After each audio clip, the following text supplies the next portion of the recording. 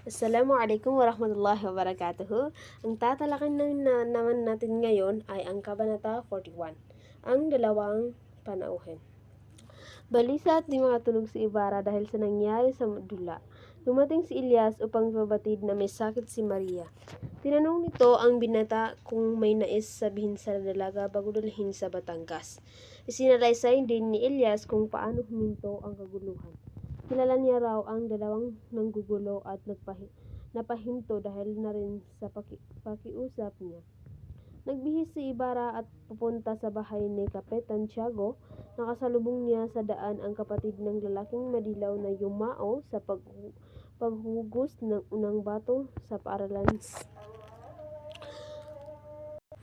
Balisa daw at di makatulog si Ibarra. Di makatulog si Ibarra dahil sa mga nangyari sa dula. Ang dula na iyon ay mababasa natin or mapapanood natin sa Kabanata 40. Dumating naman si Ilyas upang ibabatid or upang sabihin na may sakit si Maria. Upang sabihin kay Ibarra na may sakit.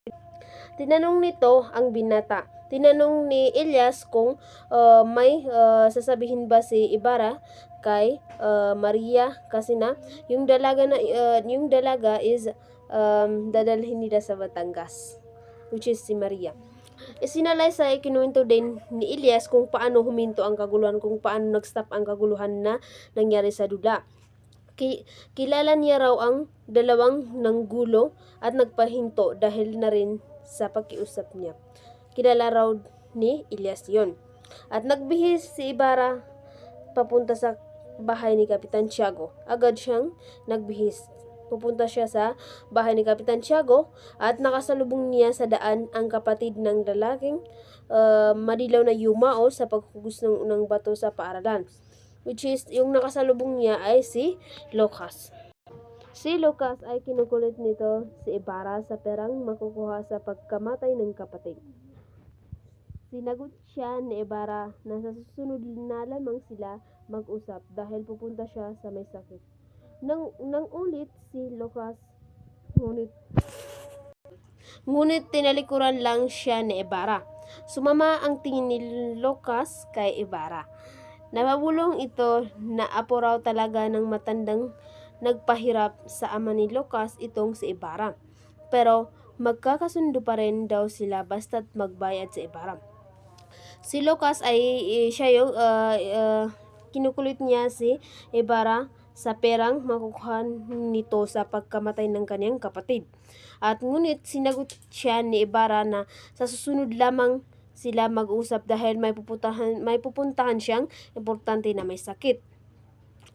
At nangungulit din si Lucas. Ngunit tinalikuran lang siya ni Ibarra dahil yun nga may pupuntahan siyang importante. Sumama ang tingin ni Lucas kay Ibarra. Kumbaga na parang iba ang naisip ni Lucas kay Ibarra.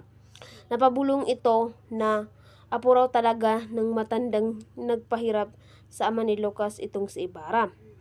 Pero magkakasundo pa rin daw sila basta't magbayad si Ibarra. Next is ang mga talasalitaan. Una ay kayo na ang magbasa dyan. Next is ang mapupulot na aral. Ang mapupulot na aral sa Kabanata 41 is may mga taong kayang kalimutan ang paninindigan at ipinaglalaban para lamang sa pera. Para sa kanila, may katumbas na halaga ang kanilang desisyon at pananaw sa buhay. Kumbaga na si Lucas na kinalimutan niya ang kanyang ipinaglalaban para lang sa pera na gusto niyang kunin kay Ibarra. Yan yung mga taong may mga taong nakalimot para lang nakalimutan nila panindigan o ipaglaban ang kanilang sarili para lang sa makukuha nilang pera. Next is ang Kabanata 42, ang mag-asawang di Espadanya. Dumating sa bahay ni na Kapitan Tiago ang mag-asawang Don Tiborcio at Doña Victorina de Espadaña, kasama ang isang lalaking nangangalang Linares. Isang nagpapanggap na mediko si Don Tiborcio. Galing siyang Espanya, ngunit di na nakabalik doon at dito na nakapangasawa. Dating tagalinis sa ospital si Tiborcio. Nang manirahan sa Pilipinas, naghirap ito. Nang mapangasawa si Victorina, naisip niyang magpanggap na doktor, alinsunod na rin sa payo ng ilang kaibigan. Sa Kabanata 42 naman is yan yung dalawang Espadaña. Dumating sa bahay ni na Kapitan Tiago sina Don Tiborcio at Doña Victorina, yung dalawang di Espadaña. Kasama ang isang lalaking nangangalang si Linares.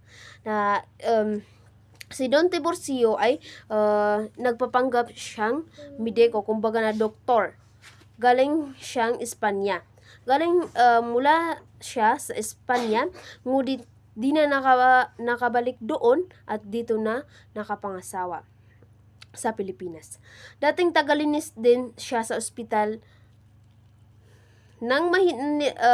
Siya ay dating tagalinis ng ospital, si Tiborcio. Ngunit nang manirahan siya sa Pilipinas, naghirap ito. Ngunit nang mapangasawa niya si Victorina, naisip niya na lang na magpanggap ng doktor para rin sa pagsunod sa mga payo ng ilang mga kaibigan. At nakabawi sa kabuhayan ang mag-asawa dahil sa dami ng nagpapagamot sa kanya at kahit huwad naman itong manggagamot. Agad na pinuntahan ni Don Tiborcio ang may sakit na si Maria. Pinulsuhan ito at sinabing mapapagaling ang dalaga. Niresitahan ito ng liquin at gatas, jarabe de altia, 2 peldoras de kinaglosa. Pinakilala naman ni Tiborcio kay Linares na nagbighani na sa dalaga. Maya-maya naman ay dumating si Damaso na nakakalilang din sa karamdaman. Ngunit ang mag-asawa na di Espadaña ay nakabawi lang sila mula sa kahirapan. Dahil sa ang kanilang kabuhayan ay maraming na-receive nila na pera dahil sa pagiging doktor ni Tiborcio na, dahil sa karamihan na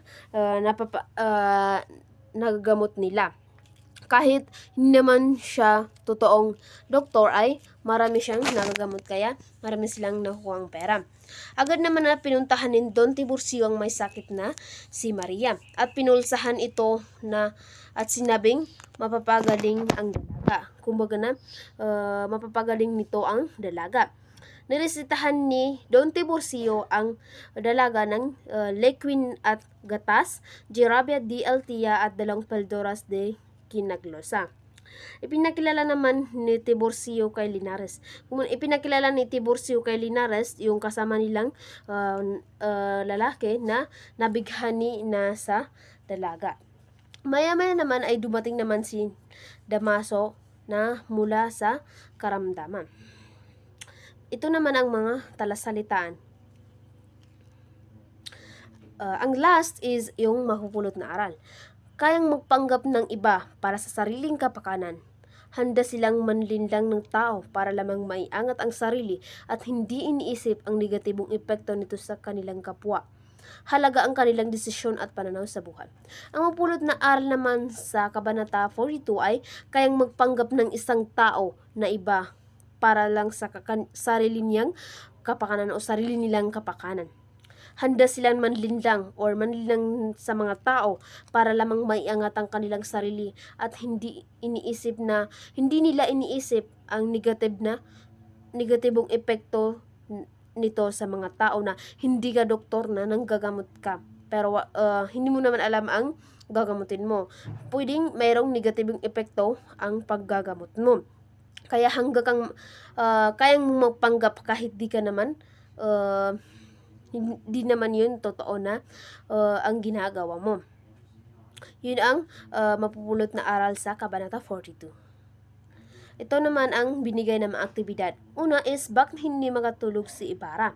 Pangalawa is, ano ang dahilan na nagpunta ni Elias kay Ibarra? Pangatlo is, sino si Lucas? Bakit siya nagpunta kay Ibarra? Pang-apat is isalaysay ang buhay ng mag-asawang Di Espadaña. Thanks.